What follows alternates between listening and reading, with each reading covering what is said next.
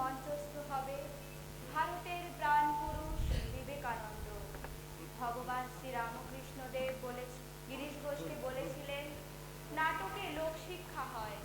ঠাকুরের এই কথাটির অনুপ্রেরণায় আমাদের এই পরিবেশনা। এই নাটকে আপনারা দেখবেন ভারতবর্ষের বাণী মূর্ত হয়ে উঠেছিল বিবেকানন্দ জীবনে। ভারতবর্ষের বার্তাবহ তিনি। নিবেদিতা বলেছেন, স্বামীজি একবার নিজের সম্বন্ধে বলেছিলেন, আমি কনডেন্সড ইন্ডিয়া, ভারতবর্ষের ঘনীভূত রূপ আমি। ভারতবর্ষকে ভালোবেসে স্বামীজি হয়ে উঠেছিলেন স্বয়ং ভারতবর্ষ। নিবেদিতাও সেই কথাই বলেছেন। ভারতবর্ষ ছিল স্বামীজির গভীরতম আবেগের কেন্দ্র। ভারতবর্ষ নিত্য স্পন্দিত হতো তার বুকের মধ্যে, প্রতিধ্বনিত হতো তার ধমনীতে। ভারতবর্ষ ছিল তার দিবা স্বপ্ন, ভারতবর্ষ ছিল তার নিশীথের দুঃস্বপ্ন। শুধু তাই নয়, তিনি নিজেই হয়ে উঠেছিলেন ভারতবর্ষ, রক্ত মাংসে গড়া ভারত প্রতিমা। ভারতের আধ্যাত্মিকতা, তার পবিত্রতা, তার প্রজ্ঞা, তার শক্তি, তার স্বপ্ন এবং তার ভবিষ্যৎ, সব কিছুর তিনি ছিলেন প্রতীক পুরুষ।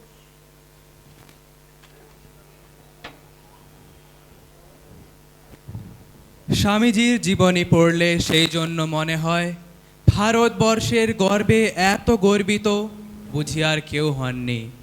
ভারতবর্ষের দুঃখে এত বেদনা আর কেউ বুঝি পাননি। আবার ভারতবাসীর অক্ষমতায় এত নির্মম কষাঘাত বুঝি আর কেউ করেননি। কারণ ভারতবর্ষকে এত আপনার করে আর কেউ চেনেননি। মা যেমন সন্তানের সুখ দুঃখ, ভালো মন্দ, দুর্বলতা, প্রয়োজন, বিপদ এবং সম্ভাবনার কথা সন্তানের নিজের চেয়েও বেশি করে জানেন, ঠিক তেমনইভাবে স্বামীজি ভারতবর্ষকে চিনেছিলেন। তাই অতীত, বর্তমান ও ভবিষ্যৎ ভারতের একটা পরিপূর্ণ ছবি তার চিন্তায় রূপ পেয়েছিল।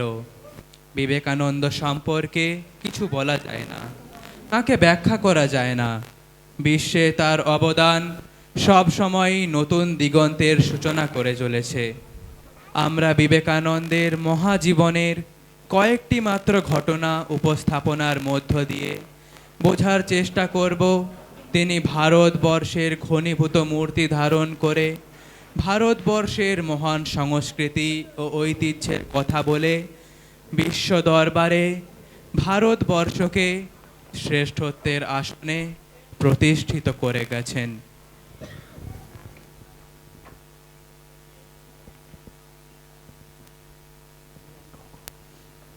জন্ম তার মা ভুবনেশ্বরী দেবীর তপস্যার মাধ্যমে। এটি ভারতবর্ষের দর্শনকে সূচিত করে সন্তান কিভাবে এই পৃথিবীর আলো দেখবে। কলিকাতার শিমুলিয়া অঞ্চলে ৩ নম্বর গৌরমোহন মুখার্জি স্ট্রিটের প্রসিদ্ধ দত্ত বাড়ি। বিশ্বনাথ দত্তের সহধর্মিণী ভুবনেশ্বরী দেবী পুত্র মুখে মা ডাক শ্রবণে দীর্ঘকাল বঞ্চিতা। তার প্রথম সন্তান একটি পুত্র এবং দ্বিতীয় সন্তান একটি কন্যা শৈশবেই জননীকে দুঃখ সাগরে ভাসিয়ে বিদায় গ্রহণ করে। তার পরবর্তী 3টি সন্তানই ছিল কন্যা। পুত্র সন্তান লাভের আকুল আকাঙ্ক্ষা অতৃপ্তই থেকে যায়।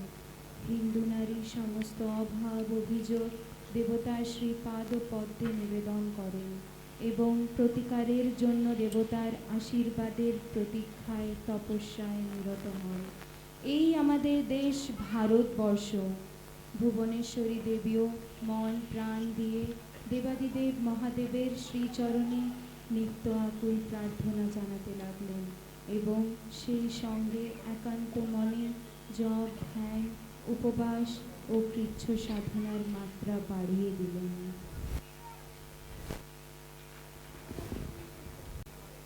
বারাণসী ধাম।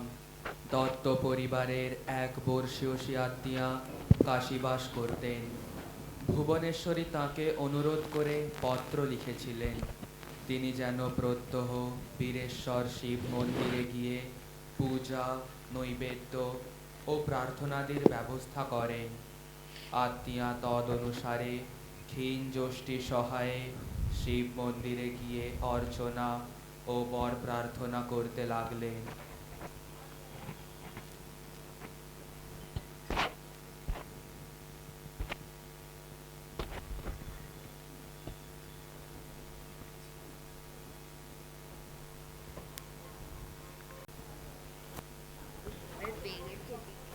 পূজায় প্রীত মহাদেব ভক্তের মনোবাঞ্ছা পূর্ণ করতে উদ্যত হলেন।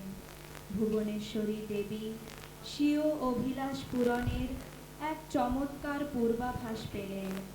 সেদিন দিবসব্যাপী পূজা প্রার্থনাদির পরে তিনি রাত্রে ক্লান্ত দেহে শয্যা গ্রহণ করেছেন। প্রকৃতি চারিদিকে নিস্তব্ধ, স্বগৃহে শব্দমাত্র নাই। অকস্মাৎ তিনি স্পষ্ট দেখলেন জটাজুট মণ্ডিত জ্যোতির্ময় তুষার ধবল মহাদেবের মূর্তি তার সম্মুখে উপস্থিত। দেবাদিদেব সমাধি থেকে বুদ্ধিত হয়ে এক পুরুষ শিশুর আকার ধারণ করলেন, যেন ভুবনেশ্বরীর নিজেরই সন্তান। সেই রজত গিরিনিভ সুকোমল বপু দেখতে দেখতে সহসা ভুবনেশ্বরী দেবীর নিদ্রা ভঙ্গ হল। তখন তিনি এক অত্যাশ্চর্য আনন্দ সাগরে নিমগ্না হলেন। তুমি ভক্তের প্রার্থনা কতভাবেই না পূর্ণ করে থাকো। ভুবনেশ্বরী দেবীর অন্তঃস্থল হতে সতই এক কৃতজ্ঞতা উচ্চারিত হল, কারণ তার বুঝতে বিলম্ব হল না যে তার প্রতীক্ষার দিন সমাপ্ত হয়েছে। সত্যদৃষ্ট স্বপ্নের একমাত্র অর্থ এই যে তার পুত্র সন্তান লাভের সময় উপস্থিত। সেই জন্য ভুবনেশ্বরী দেবীর এই স্বপ্ন ও বিশ্বাস ব্যর্থ হয়নি। ওই দর্শনের কয়েক মাস পরে ভুবনেশ্বরী সত্যই পুত্র লাভ করলেন।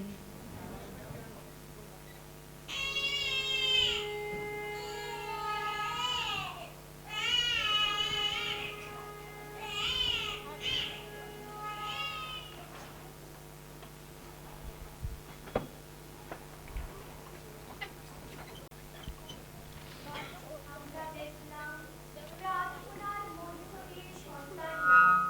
সেদিন ছিল সোমবার, 1863 খ্রিস্টাব্দের 12ই জানুয়ারি, পৌষ সংক্রান্তি। বাংলার প্রতিটি গৃহে আনন্দ উৎসবের হাওয়া। এমন শুভ দিনের পূর্ণ মুহূর্তে 6:33 মিনিট 33 সেকেন্ডে শুধু দত্তক গৃহেই গুরুনারীদের মঙ্গল নয়, বাংলার ঘরে ঘরে পৌষ পার্বণের পূর্ণ শুভারম্ভ পর্বে লক্ষ লক্ষ নরনারী নবজাত শিশুকে সাদর ও অভ্যর্থনা করবার জন্য স্পর্শবহুল কররবে দীনবন্ধু জননী প্রতি গৃহপ্রাঙ্গণ আনন্দ মুখর হয়ে উঠল। অবতীর্ণ হলেন নবযুগের বিশ্ববরে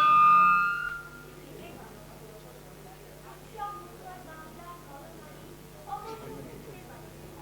সেদিন চারিদিকে এমন এক মহাপুরুষের আবির্ভাব হয়েছে, যার শুভ্রপ্রভা নিজেদেরই অজ্ঞাত স্থানে সময়ে উল্লসিত করছে। নিজ অধীনে বেদান্ত ভাবের সমস্ত দিচ্ছে সনাতন ধর্মের বিজয় বার্তায় ঘোষিত করছে। হিন্দু ধর্মকে রক্ষা কবচে আবৃত করছে। মৃতপ্রায় ভারতে সঞ্জীবনী ধারা প্রবাহিত করছে। শত বাধা বিস্তৃত মানব সমাজে সৌভ্রাতৃত্ব সৌধ করছে এবং জড়বাদ গ্রস্ত নিজের বিশ্বকে আধ্যাত্মিকতার বন্যায় প্লাবিত করছে।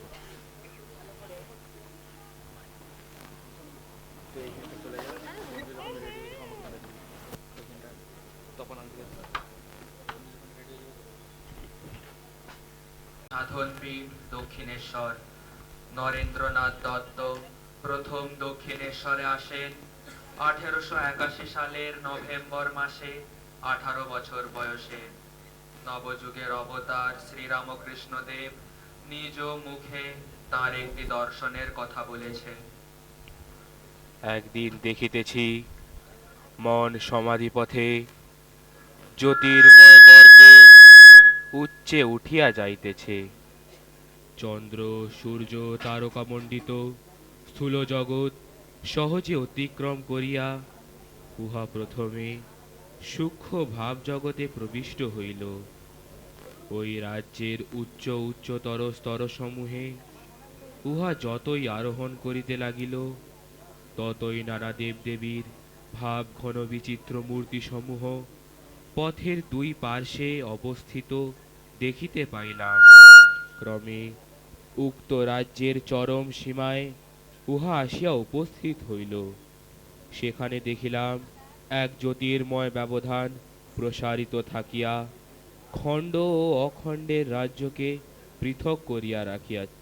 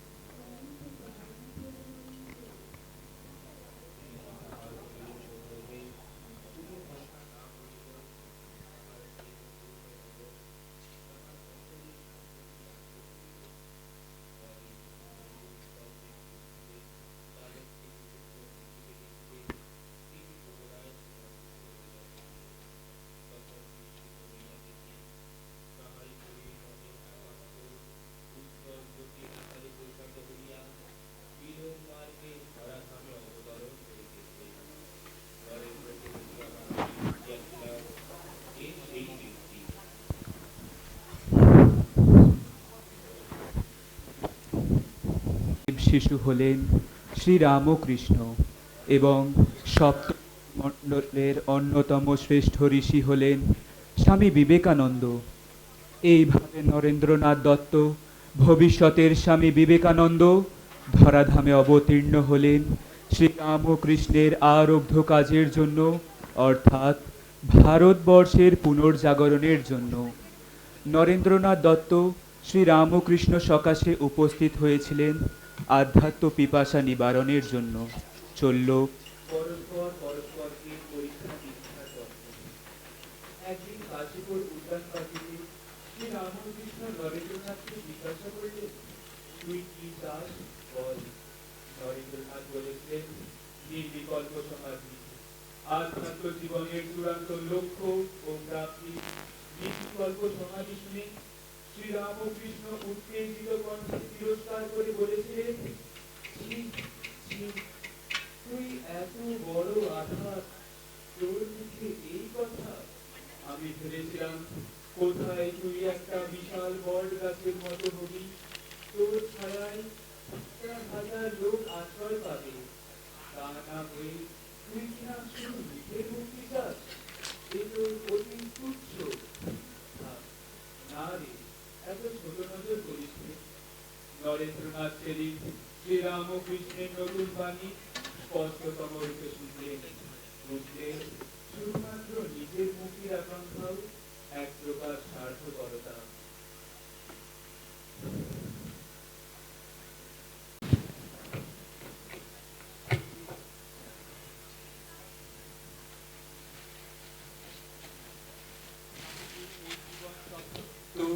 শ্রীরামকৃষ্ণ থেকে প্রাপ্ত, এটি শ্রীরামকৃষ্ণেরই দান। নয়, শ্রীরামকৃষ্ণ স্বামীজিকে দান করেছিলেন এই স্বপ্ন পূরণের প্রেরণা এবং নির্দেশনামাও। 11 ফেব্রুয়ারি 1886 শ্রীরামকৃষ্ণ শহরে এক খণ্ড কাগজের ওপর পেন্সিল দিয়ে লিখেছিলেন, জয় রাধে প্রেমময়ী, নরেন পিঠে দিবে, যখন ঘরে বাইরে দিবে, জয় রাধে। স্বামী বিবেকানন্দ পূর্ণ পরিতৃপ্ত হয়ে অনুভব করলেন তুর্কি, পাঠান, মোগল, ফরাসি, ইংরেজ একের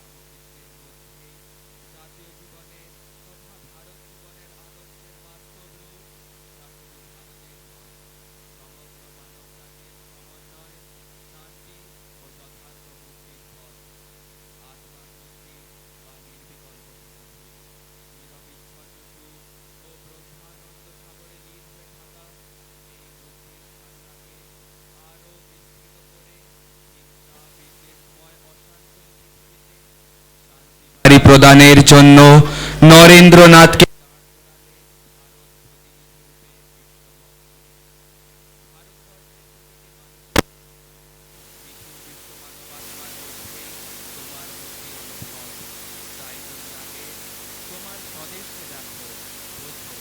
অনুভব করো তুমি এই পৃথিবীতে ব্যস্ত হয়ে আছো।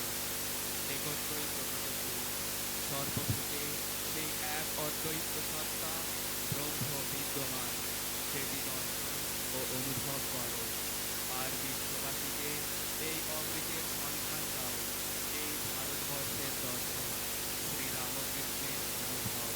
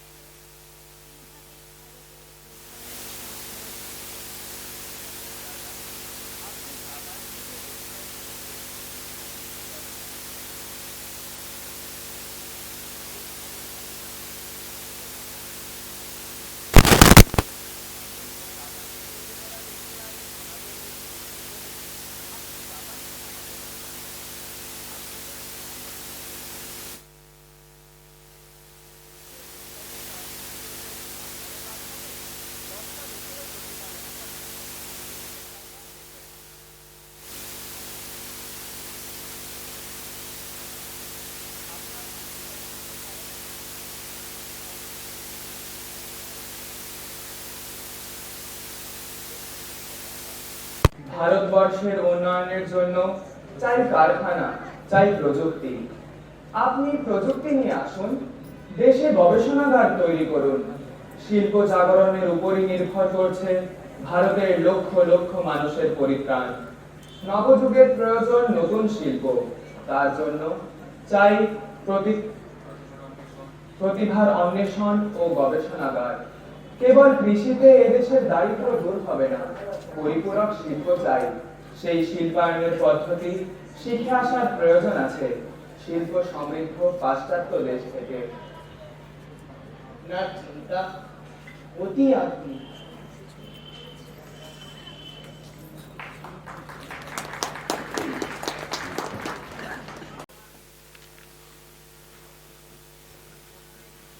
ঊনবিংশ শতাব্দীর শেষ দশক, বিস্তীর্ণ ভারত ভূমির পথপ্রান্তর গ্রামনগর মরুপর্বত অরণ্য অতিক্রম করে চলেছেন তরুণ সন্ন্যাসী বিবেকানন্দ। দেখছেন দারিদ্র ও কুসংস্কারে নিমজ্জিত ভারতবর্ষ। পৌঁছেছেন হাতরাস রেল স্টেশনে। ভারতবর্ষ ও ভারতবাসীর জন্য স্বামী বিবেকানন্দের হৃদয় থেকে উচ্চারিত হলো, তোমরা কি কানে কানে অনুভব করিতেছ, কোটি কোটি লোক অনাহারে মরিতেছে, কোটি কোটি লোক শত শতাব্দী ধরিয়া অর্ধাসনে কাটাইতেছে। তোমরা কি কানে কানে অনুভব করিতেছ, অজ্ঞানের কৃষ্ণ মেঘ সমগ্র ভারত গগনকে আচ্ছন্ন করিয়াছে।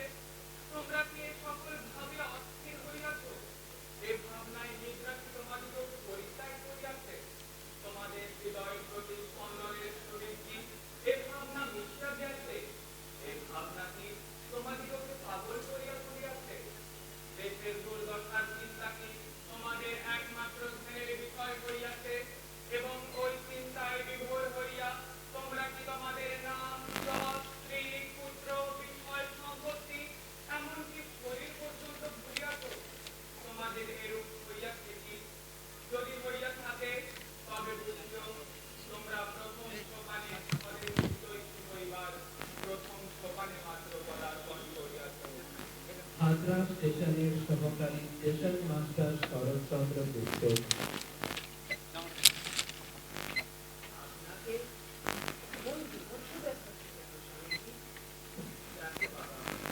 আমার জীবনে একটা মস্ত বড় ব্রত আছে, অথচ আমার ক্ষমতা এত অল্প যে আমি ভেবেই রাখি কি করে এটা উদযাপিত হবে। এ ব্রত পরিপূর্ণ করবার আদেশ আমি আমার গুরুর কাছে পেয়েছি, আর সেটা হচ্ছে মাতৃভূমিকে পুনরুজ্জীবিত করা। দেশের আধ্যাত্মিকতা অতিশয় ম্লান হয়ে গেছে, আর সর্বত্র রয়েছে শিক্ষা। ভারতকে সচেতন ও সক্রিয় হতে হবে এবং আধ্যাত্মিকতার বলে জগৎ জয় করতে হবে।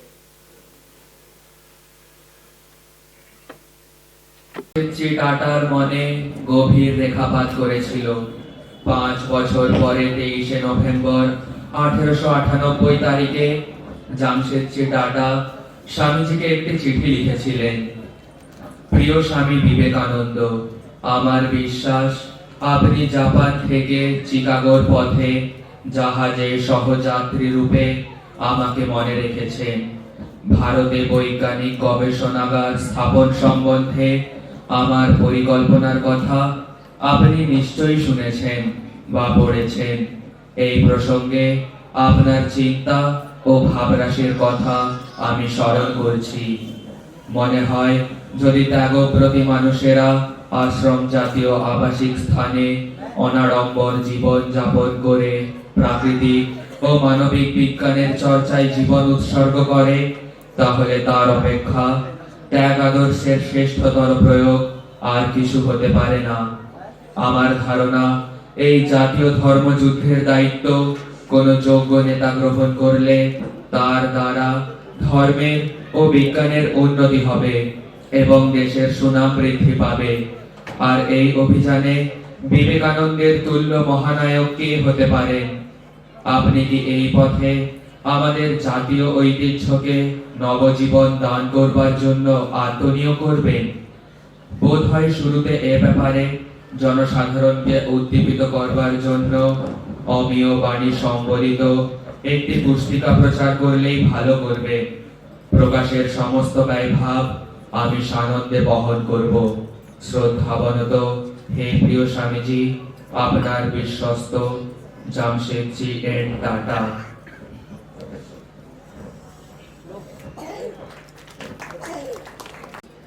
বিশ্ববাসী চকিত সচকিত হলো ভারতবর্ষ এই নতুন বাড়িতে।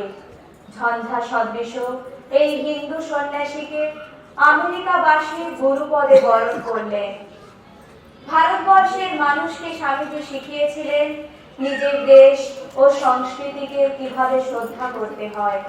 বিদেশের পাশ্চাত্য সভ্যতার বৈভবের মুখোমুখি দাঁড়িয়ে তার মনে কোনো হীনমন্যতা বোধ জেগে ওঠেনি, কারণ তিনি অনুভব করেছিলেন জগতের জন্য পাশ্চাত্যের জড় সভ্যতার চেয়ে ভারতের অধ্যাত্ম সভ্যতার প্রয়োজন কোনো অংশে কম নয়, বরং বেশি। তাই ভারতীয় সংস্কৃতি ও ঐতিহ্যের মহিমা তিনি ঘোষণা করেছেন সগর্বে, উচ্চ স্বরে, দৃঢ় প্রত্যয়ের সঙ্গে। তার ওই দৃঢ় প্রত্যয় এবং সাহসী মনোভাবের জন্যই পাশ্চাত্যের হাজার হাজার মানুষ ভারত ও ভারতীয় সভ্যতার প্রতি শ্রদ্ধাশীল হয়ে উঠেছিল। ধর্ম মহাসভায় বিশ্ববাসীর কাছে কোন রূপে তিনি প্রতিভাত হয়েছিলেন তার বর্ণনা করেছে অ্যানি বেসান্ট।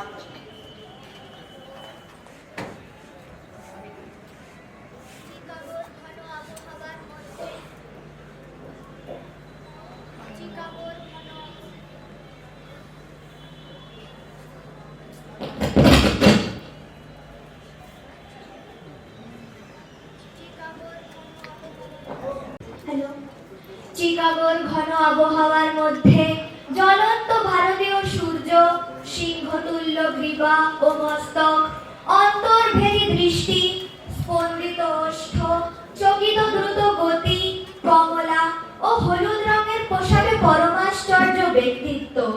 সন্ন্যাসী তার পরিচয় নিশ্চয়ই, কিন্তু সৈনিক সন্ন্যাসী তিনি। প্রথম দর্শনে বরং সন্ন্যাসীর চেয়ে সৈনিকই বেশি মনে হয়। মঞ্চ থেকে এখন নেমে এসেছে দেশ ও জাতির গর্ব ফুটে আছে দেহে রেখায় রেখায়। ভারতের বাণীকে তিনি বহন করে এনেছেন, ভারতের নামে তিনি দাঁড়িয়েছেন। সকল দেশের মধ্যে রানীর মতো যে দেশ থেকে তিনি এসেছেন তার মর্যাদার কথা স্মরণ রেখেছিলেন এই চারণ সন্ন্যাসী বিবেকানন্দ।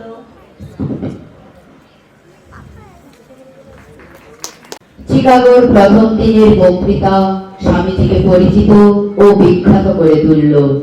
রাস্তায় রাস্তায় শোভা পেতে লাগলো তার তেজোতৃপ্ত ছবি। আমেরিকার পত্রপত্রিকাগুলি তার উচ্ছ্বসিত প্রশংসা করল। দি হেরাল্ড লিখল, ধর্ম মহাসভায় বিবেকানন্দই অবিসংবাদিত রূপে শ্রেষ্ঠ ব্যক্তি। দি বস্টন ইভিনিং ট্রান্সক্রিপ্ট লিখল, ভাবরাশির চমৎকারিত্ব ও চেহারার প্রভাবে তিনি মহাসভায় অত্যন্ত জনপ্রিয়। তিনি শুধু মঞ্চের একদিক থেকে অপর দিকে হেঁটে গেলেই হাততালি পেয়ে থাকেন এবং হাজার হাজার লোকের সেই সুস্পষ্ট প্রশংসা তিনি বিন্দুমাত্র গর্ব প্রকাশ না করে শিশুসুলভ সারল্যে গ্রহণ করে থাকেন। স্বামীজি এত জনপ্রিয় হয়ে উঠেছিলেন যে ধর্ম মহাসভায় তাঁর বক্তৃতা থাকত সবার শেষে। দি ডেইলি হেরাল্ড পত্রিকা 1894 খ্রিস্টাব্দের 11 এপ্রিল লিখেছে, কার্যক্রমের শেষ মুহূর্তের আগে বিবেকানন্দকে বক্তৃতা দিতে দেওয়া হতো না। এর উদ্দেশ্য ছিল লোককে শেষ পর্যন্ত ধরে রাখা। তার 15 মিনিটের বক্তৃতা শোনার জন্য হাজার হাজার শ্রোতা ঘন্টার পর ঘন্টা বসে থাকতেন। কিন্তু এত খ্যাতি, এত প্রশংসার মধ্যেও স্বামীজির মনে অনুক্ষণ জেগেছিল তাঁর দেশবাসীর দুঃখ দুর্দশার কথা। শয়নে স্বপনে জাগরণে ক্ষণিক মুহূর্তের জন্যেও স্বদেশবাসীর দুঃখ দুর্দশার কথা বিস্মৃত হননি তিনি।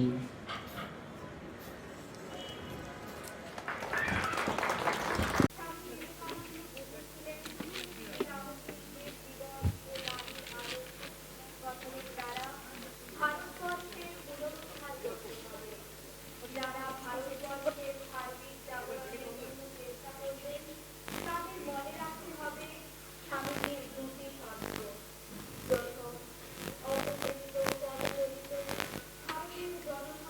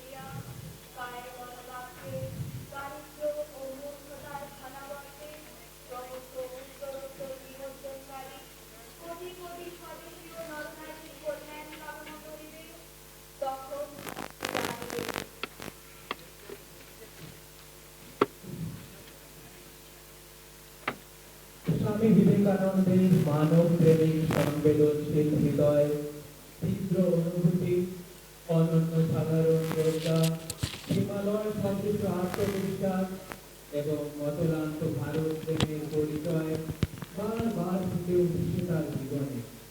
বই পড়ে দেশকে জানা নয়, দোতলায় দাঁড়িয়ে মানুষকে চেনা নয়, ভারতের পথে প্রান্তরে চাষি কুটিরে ভুনাওয়ালার চুল্লির পাশে ভাঙে খাটিয়ায় উকিল ডাক্তার অধ্যাপকের গৃহে বিবেকানন্দ জীবনে জীবন মিশিয়ে বুকের রক্ত মুখন করে চোখের জন্য বুক ভাসিয়ে মানুষকে চিনেছিলেন এই মহান দেশের সত্য স্বরূপকে।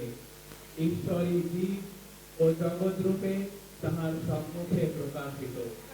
বেদ ও উপনিষদই ভারতের চিরন্তন শাশ্বত বাণী। ব্রহ্মৈব নাপরঃ সর্বং খল্বিদং ব্রহ্ম সর্বং ব্রহ্মময়ং জগৎ। ধর্ম মহাসভায় যোগ দেবার কোন রকম পরিচয় পত্র ছাড়াই অপরিচিত বন্ধুহীন দেশে প্রায় কপর্দক শূন্য অবস্থায় শিকাগো পৌঁছলেন 1893 সালের 30শে জুলাই, রবিবার রাত 11টায়। দৈবক্রমে ট্রেনে যোগাযোগ হয়ে গেল মাঝবয়সী মহিলার সঙ্গে, নাম ক্যাথরিন স্যানবর্ন। মিস স্যানবর্নের সূত্রে স্বামীজির সঙ্গে পরিচয় হলো হার্ভার্ড বিশ্ববিদ্যালয়ের প্রসিদ্ধ অধ্যাপক জন হেনরি রাইটের। এই সুপণ্ডিত অধ্যাপককে বলা হয়েছে বিশ্বকোষতুল্য জ্ঞান ভাণ্ডারের অধিকারী, কিন্তু স্বামীজির প্রতিভা তাকেও মুগ্ধ করে। তিনি স্বামীজিকে জিজ্ঞাসা করেন তিনি কেন আসন্ন ধর্ম মহাসভায় যোগ দিচ্ছেন না। তখন স্বামীজি জানালেন পরিচয় পত্র নেই বলেই তিনি যোগ দিতে পারছেন না। তখন রাইট বলেছিলেন আপনার কাছে পরিচয় পত্র চাওয়ার অর্থ হলো সূর্যকে প্রশ্ন করা তার কিরণ দেওয়ার অধিকার আছে কিনা। ধর্মসভার এক কর্মকর্তাকে উদ্দেশ্য করে অধ্যাপক রাইট নিজেই এক পরিচয় পত্র লিখেছিলেন স্বামীজির সম্বন্ধে। তাতে তিনি লিখলেন ইনি এমন একজন ব্যক্তি যে আমেরিকার সমস্ত অধ্যাপকের পাণ্ডিত্য এক করলেও এর পাণ্ডিত্যের সমান হবে না।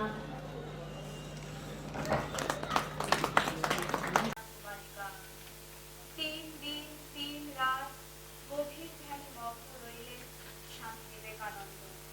ধ্যানের বিষয় ঈশ্বর নয়, মাতৃভূমি ভারতবর্ষ। জগতের ইতিহাসে সম্ভবত এই প্রথম সন্ন্যাসীকে দেখছি তার ধ্যানের বিষয় ভারতবর্ষ। সমুদ্র বিধৌত শিলাখণ্ডের উপর ধ্যান স্বামী বিবেকানন্দের দৃষ্টিতে উদ্ভাসিত হল ভারত জীবনের চলচ্চিত্র, অতীত, বর্তমান, অনাগত। অতীতের গৌরব, বর্তমানের দৈন্য ও দুর্দশার পারে উজ্জ্বলতর ভবিষ্যতের ইঙ্গিত। পরিব্রাজক বিবেকানন্দ আবিষ্কার করেছিলেন চিরনবীন চিরন্তন ভারতবর্ষকে। ওই ভারত প্রাচীন বৃদ্ধ বা জরাগ্রস্ত হয় না কোনোদিন। স্বামী বিবেকানন্দ সেই ভারতবর্ষকে প্রত্যক্ষ করেছিলেন, ভালোবেসেছিলেন সমস্ত হৃদয় দিয়ে। গভীর আবেগে নিজের অনুভূতি ব্যক্ত করে বলেছিলেন মনে হয় আমি সেই মানুষ যে বহু শত বছর পরে জন্মগ্রহণ করে দেখছে যে ভারতবর্ষ নবীনই রয়ে গেছে। I see that India is young.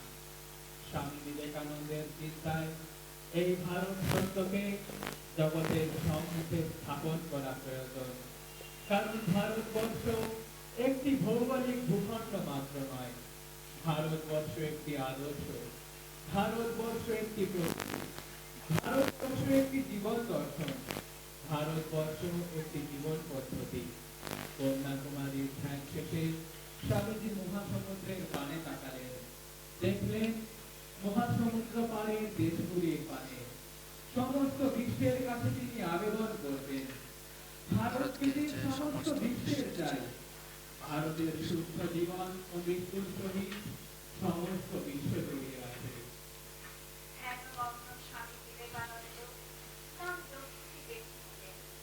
কি সেই লক্ষ্য? সমুদ্র পারের দেশগুলিতে তিনি ভারতের চিরন্তন বাণী ও আদর্শকে পৌঁছে দেবেন। ভারতের বাইরে ভারতের সাংস্কৃতিক ও আধ্যাত্মিক দূত হবেন তিনি। বহির্বিশ্ব বুঝবে ভারত মরেনি, ভারত মরবে না, বুঝবে ভারত সভ্যতার ভাতৃজননী। পৃথিবীর সভ্যতার স্থায়িত্ব নির্ভর করছে ভারতের স্থায়িত্বের উপর। একদিকে ভারতের মহিমা গৌরবকে বিশ্ব সভায় প্রচার ও প্রতিষ্ঠা, অন্যদিকে বিশ্বের সভ্যতাকে আক্রমণ ও বিজয়। পৃথিবীতে অনেক বড় বড় দিগ্বিজয়ী জাতি আবির্ভূত হয়েছে। আমরাও বরাবর দিগ্বিজয়ী। আমাদের দিগ্বিজয়ের উপাখ্যান ধর্ম ও আধ্যাত্মিকতার দ্বারা। ওঠো ভারত, তোমার আধ্যাত্মিকতা ও দার্শনিক চিন্তার দ্বারা পৃথিবী জয় করো। আবার ভারতকে পৃথিবী জয় করতেই হবে। এটাই আমাদের সম্মুখের মহান আদর্শ। ভারতের দ্বারা সমগ্র জগৎ জয়। ইহার কম কিছুতেই নহে। এই আমার জীবন সঙ্গ।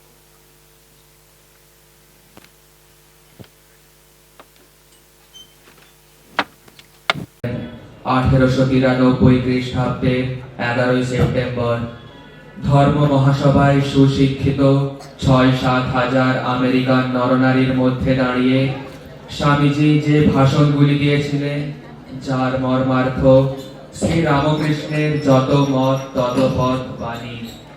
কোন নির্দিষ্ট ধর্মের জয়গান তিনি করলেন না। সব ধর্মই যে সমান সত্য ভারতবর্ষের মানুষের, সেই সনাতন বিশ্বাসকেই তিনি সকলের সামনে তুলে ধরলেন। মোট 6টি ভাষণ তিনি দিয়েছিলেন। প্রথম ভাষণে সম্বোধন করলেন Sisters and brothers of America,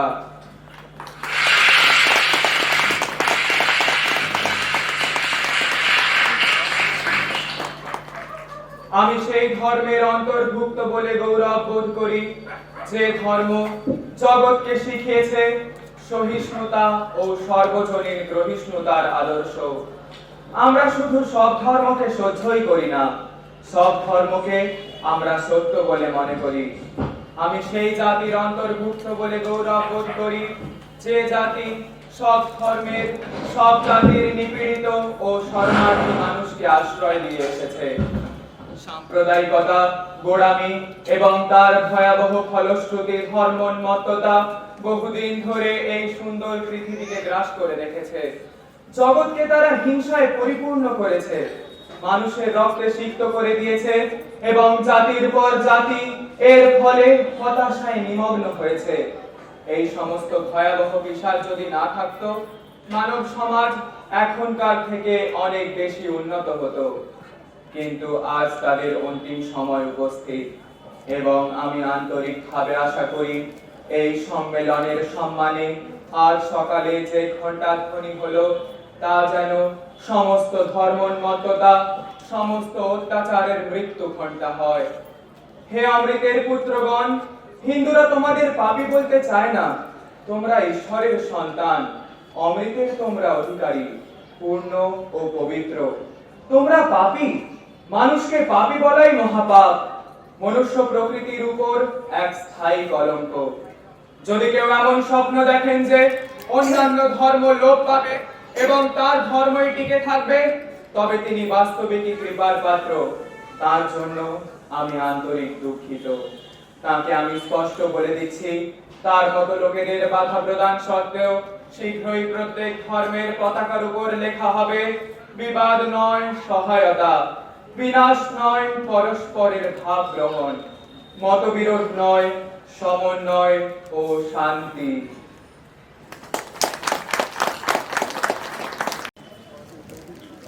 Chicago ধর্ম মহাসভায় বক্তৃতার পরে 262 নম্বর মিচিগান অ্যাভিনিউ স্বামী বিবেকানন্দের আবাসস্থল মিস্টার অ্যান্ড মিসেস লায়নের বিলাসবহুল অট্টালিকায় রাজোচিত যত্নের মধ্যে দুগ্ধফেনীর পালকের শয্যায় নিদ্রা সুখ উপভোগ করতে পারলেন না স্বামী বিবেকানন্দ। সেই জাঁক চমকপূর্ণ পরিবেশে তার মন সুখানুভব না করে বিষাদে পূর্ণ হলো। শয্যায় শয়ন করা মাত্র ভারতের দারিদ্র্য এবং এই অতুল ঐশ্বর্যের মধ্যে ভয়াবহ বিরোধ যেন তার শ্বাস রুদ্ধ করে তুলল। পালকের শয্যা তার কাছে কাঁটার শয্যা মনে হতে লাগলো। বালিশ চোখের জলে ভিজে গেল।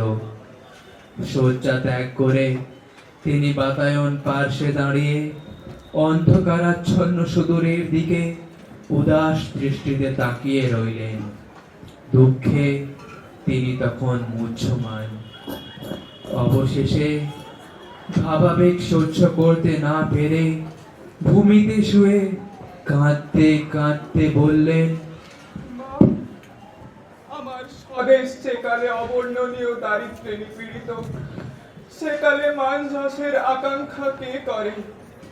গরিব ভারতবাসী আমরা এমনই দুঃখময় অবস্থায় পৌঁছেছি যে লক্ষ লক্ষ জন এক মুষ্টি অন্নাভাবে প্রাণ ত্যাগ করি।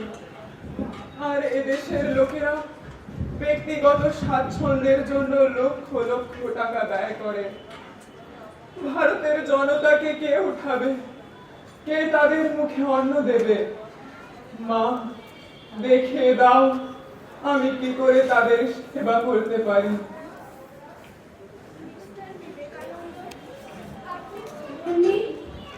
আমাদের এই ব্যবস্থা কি আপনার মনোমতো হয়নি মিস্টার বিবেকানন্দ? না মা, আমার দেশের দুঃখ দুর্দশার কথা ভাবতে ভাবতে বুদ্ধির যন্ত্রণায় আমার হৃদয় মন প্রাণ আচ্ছন্ন হয়ে গেল।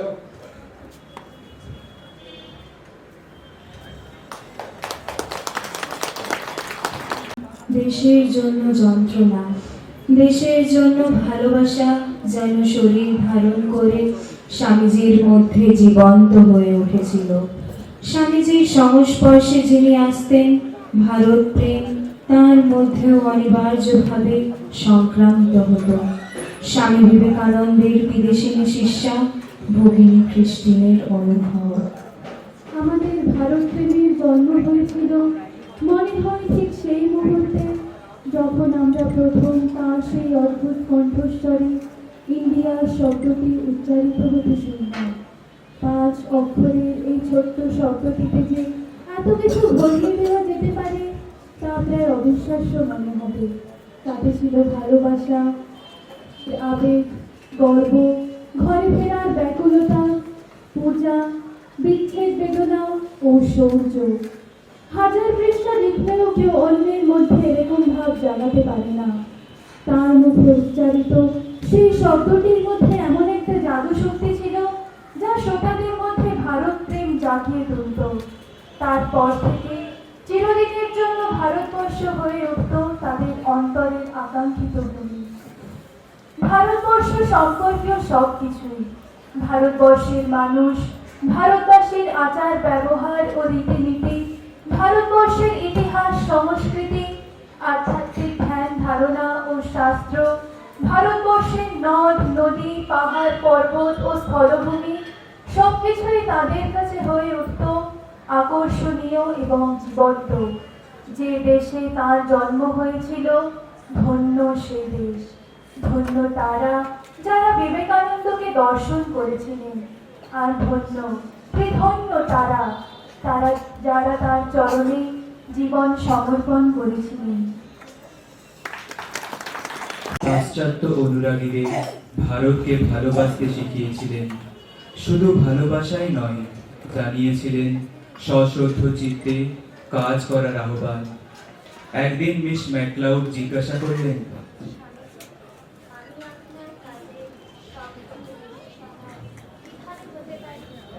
লাভ ইন্ডিয়া, ভারতকে ভালোবাসো।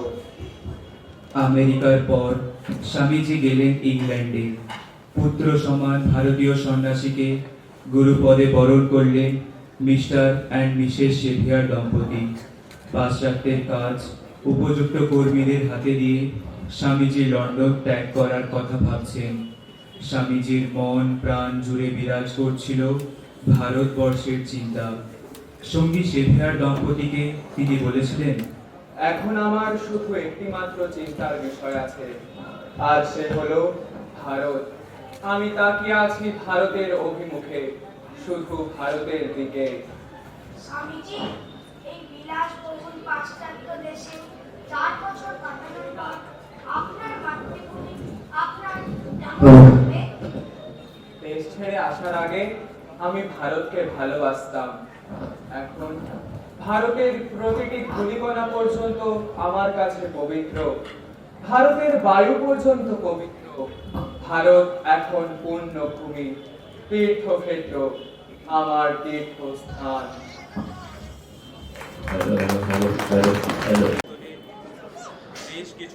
এর ঘটনা আমেরিকার ডেট্রয়েটে আছেন স্বামীজি, প্রাণপাত করে পাশ্চাত্যের মানুষকে বেদান্তের মূল সত্য বোঝাতে চেষ্টা করছেন সাইক্লোনিক মগ স্বামী বিবেকানন্দ।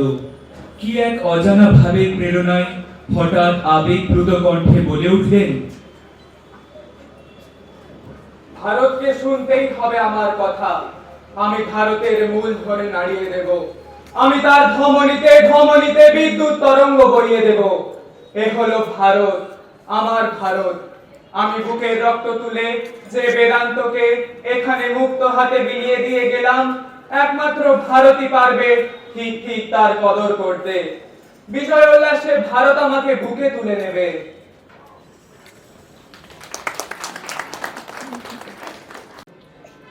ভারতবর্ষের গৌরবময় ইতিহাস, ভারতবর্ষের আধ্যাত্ম মহিমা, ভারতবর্ষের সাধনা, ভারতবর্ষের লুপ্তপ্রায় বিশ্বজনীন হিন্দু ধর্মের পুনঃপ্রতিষ্ঠা ও সমস্ত ধর্ম দর্শনের সূতিকাগার, ভারতবর্ষের বেদান্ত দর্শনের বিজয় পতাকা পাশ্চাত্যের আকাশে উড্ডীয়মান করে বেদান্ত কেশরী বিবেকানন্দ দেশে ফিরলেন 1897 সালে। চিকাগো ধর্ম মহাসভায় স্বামীজির সাফল্যে গোটা দেশ আনন্দে উত্তাল হয়ে উঠল। একজন ভারতবাসীও যে পাশ্চাত্যবাসীদের কাছে এতটা মর্যাদা পেতে পারে তা তাদের কাছে কল্পনার অতীত ছিল। তাদের বহুদিনের হীনমন্যতা ভেঙে পড়তে শুরু করলো। তারা নতুন করে নিজেদের সম্বন্ধে ভাবতে শুরু করলো। নিজেদের তারা যত হীন ও অপদার্থ ভেবেছিল, তাহলে তারা তত হীন নয়। ভারতবর্ষেরও তাহলে এমন কিছু আছে যা জগতের কাছে মর্যাদা পেতে পারে। এর ফলে দেশবাসীর মনে যে আত্মবিশ্বাস জেগে উঠল, তার ফল হলো চমকপ্রদ। গোটা দেশ তাকে বীরের মর্যাদা দিল। তিনি ভারতবর্ষকে পৃথিবীর মানচিত্রে উজ্জ্বল করে তুলেছেন। দেশবাসীর চোখে আঙুল দিয়ে দেখিয়ে দিয়েছেন তাদের মাতৃভূমির মহিমময় রূপ। তাই গোটা দেশ আবেগে, আনন্দে, কৃতজ্ঞতায় তাকে নিয়ে মেতে উঠেছিল। উন্মাদনার মধ্যেও ভারতবাসীর দুঃখ দুর্দশায় কাতর তিনি। আছেন বলরাম বসুর বাড়িতে, দেখা করতে এসেছেন স্বামী তুরীয়ানন্দ। দেখছেন গভীর চিন্তামগ্ন হয়ে পায়চারি করছেন বিশ্ব বিজয়ী বিবেকানন্দ।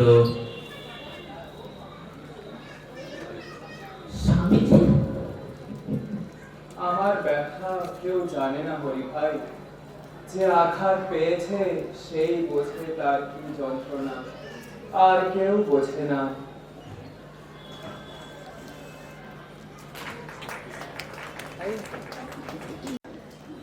দেশের জন্য বিবেকানন্দের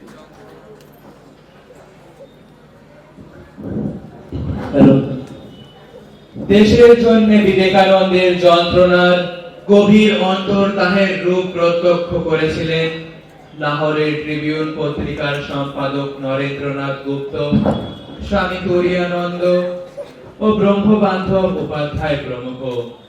ব্রহ্মবান্ধবের মনে হয়েছিল ভারতবর্ষের জন্য বেদনা যেন মূর্তি ধারণ করেছিল বিবেকানন্দের মধ্যে। তিনি লিখেছেন, একবার বিবেকানন্দের সঙ্গে কলকাতার হেদর ধারে আমার দেখা হয়। সেই দিন বুঝিতে পারিয়াছিলাম যে লোকটার হৃদয় বেদনাময় ব্যথায় প্রপীড়িত।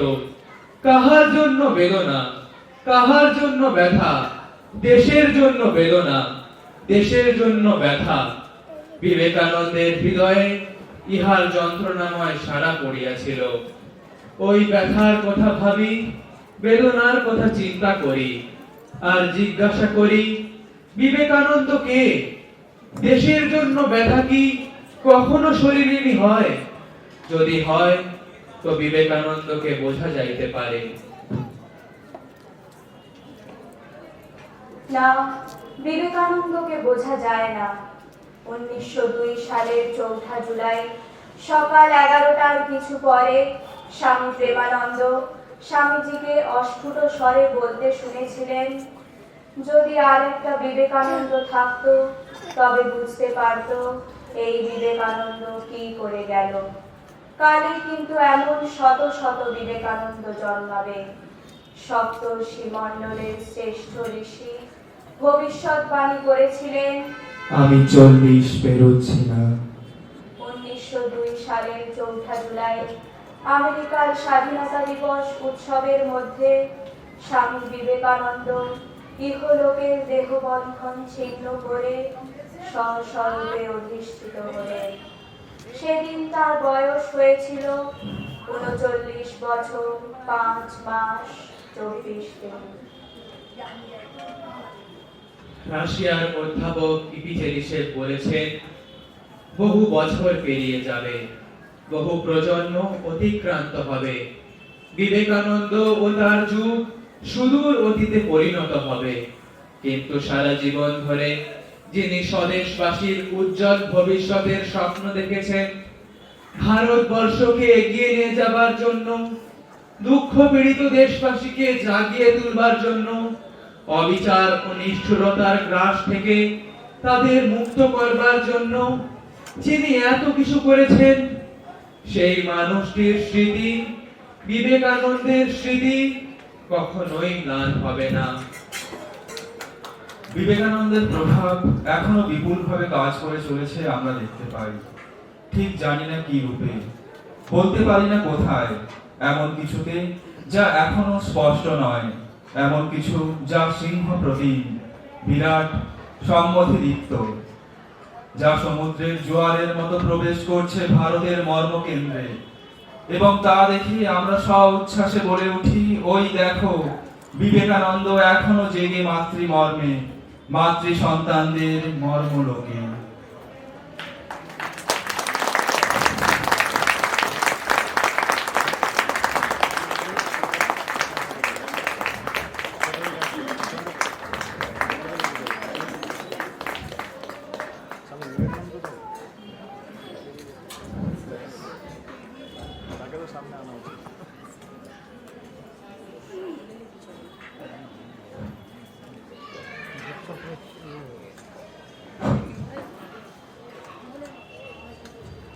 এতক্ষণ আপনারা দেখলেন ভারতের প্রাণ পুরুষ স্বামী বিবেকানন্দ। আপনারা যারা মন দিয়ে দেখেছেন নিশ্চয়ই অভিভূত হয়েছেন, আপ্লুত হয়েছেন, এবং এদের এই বিবেকানন্দ চর্চা কত গভীরভাবে করেছে, শুধু যে মুখস্থর মধ্যে দিয়ে নয়, বিবেকানন্দের যে কি উদার ভাব, এই আপনাদের সবার সামনে একটি দৃষ্টান্ত আমি উল্লেখ না করে পারছি না।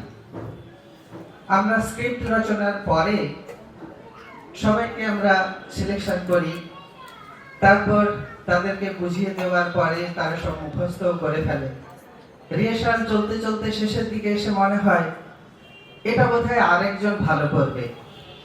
একদম 1 সপ্তাহ আগে আমরা চেঞ্জ করছি, তো স্বাভাবিকভাবেই আমাদেরই মনে হতো এত পরিশ্রম করলো, মুখস্থ করলো, আবার চেঞ্জ করলে খারাপ লাগবে। আমি ওদের দুজনকে একান্তে জিজ্ঞাসা করেছিলাম, তোমাদের খারাপ লাগেনি? বলছে আমাকে ওরা জেঠু বলে। না জেঠু, একটুও খারাপ লাগেনি। স্বামীজির নাটকটা তো ভালো হতে হবে, স্বামীজির কাজটা তো ঠিকঠাক করতে হবে। আপনাদের সবার আশীর্বাদ প্রার্থনা করি। আর আজ 26শে জানুয়ারি প্রায় প্রতিদিন ওটা একদিন ভাগ করা আছে, সব ছেলেমেয়েরা পাঠচক্রে আসে। স্বামীজি আমাদের একটি মন্ত্র দিয়ে গিয়েছেন, স্বদেশ মন্ত্র। 26শে জানুয়ারি এই স্বদেশ মন্ত্র এদের মুখে আমরা শুনে নেব। তারপর আমরা মহারাজজির খুবই ব্যস্ততা, বড় মহারাজজি আসতে পারেননি।